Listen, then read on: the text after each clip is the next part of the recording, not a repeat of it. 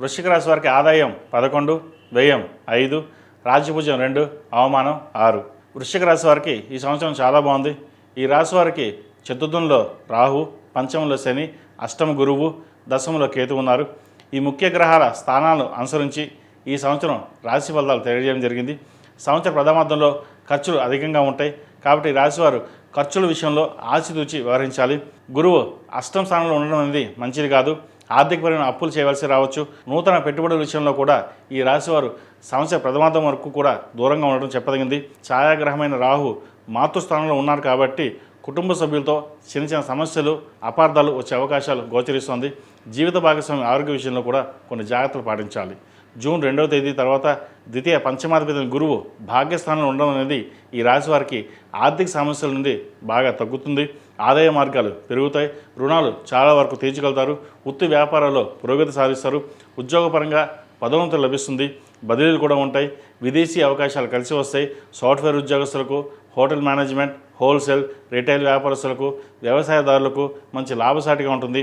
నూతన వ్యాపారాలు సకాలంలో ప్రారంభించి మంచి లాభాలు పొందగలుగుతారు. డిసెంబర్ 5వ తేదీన రాహు చతుర్థం నుండి తృతీయంలోకి, కేతువు దశమ స్థానం నుండి భాగ్యస్థానంలోకి మారడం వల్ల చిన్న చిన్న ప్రయాణాలు కలిసి వస్తాయి. ఉన్నత విద్య కోసం చేసే ప్రయత్నాలు కలిసి వస్తుంది. ఎన్నడూ లేని విధంగా అదృష్టం మీకు తోడవుతుంది. ఒక రకంగా చెప్పాలంటే వృశ్చిక రాశి వారు అదృష్టవంతులు. అయితే ఆరోగ్యపరంగా కొన్ని జాగ్రత్తలు తప్పనిసరి. థైరాయిడ్, బీపీ, షుగర్, ఇండైజెషన్, ఉదర సంబంధించిన సమస్యలు ఉండే అవకాశం గోచరిస్తుంది. ఈ రాశివారు ప్రతిరోజు దక్షిణామూర్తి స్తోత్రాన్ని పఠించడం, అదేవిధంగా సుబ్రహ్మణ్య పాశుపత హోమం చేయించుకోవడం చెప్పదగిన సూచన. ఈ రాశిలో జన్మించిన విద్యార్థులకు విదేశీ అవకాశాలు కలిసి వస్తాయి. ప్రభుత్వ ఉద్యోగపరంగా ప్రయత్నం చేస్తున్న వారికి మంచి అనుకూలంగా ఉంటుంది. సివిల్ సర్వీసులకు ఎంపిక అవుతారు. ప్రేమ వివాహాలకు సంబంధించిన వ్యవహారాలు జాగ్రత్త వహించాలి. జంక్ ఫుడ్స్కి దూరంగా ఉండడం చెప్పదగింది. ఉదర సంబంధమైన ఇబ్బందులు తలెత్తే అవకాశం గోచరిస్తోంది. ప్రథమార్థంలో, ద్వితీయార్థంలో రుద్రపాశుపత హోమం చేయించుకోవడం, అదేవిధంగా ఓం నమః శివాయతో దీపారాధన చేయడం చెప్పదగిన సూచన. ఈ రాశిలో జన్మించిన స్త్రీలకు ఈ సంవత్సరం చాలా బాగుంది. ఎన్నో విషయాలు కలిసి వస్తాయి. పాడి పరిశ్రమలో లాభాలు బాగుంటాయి.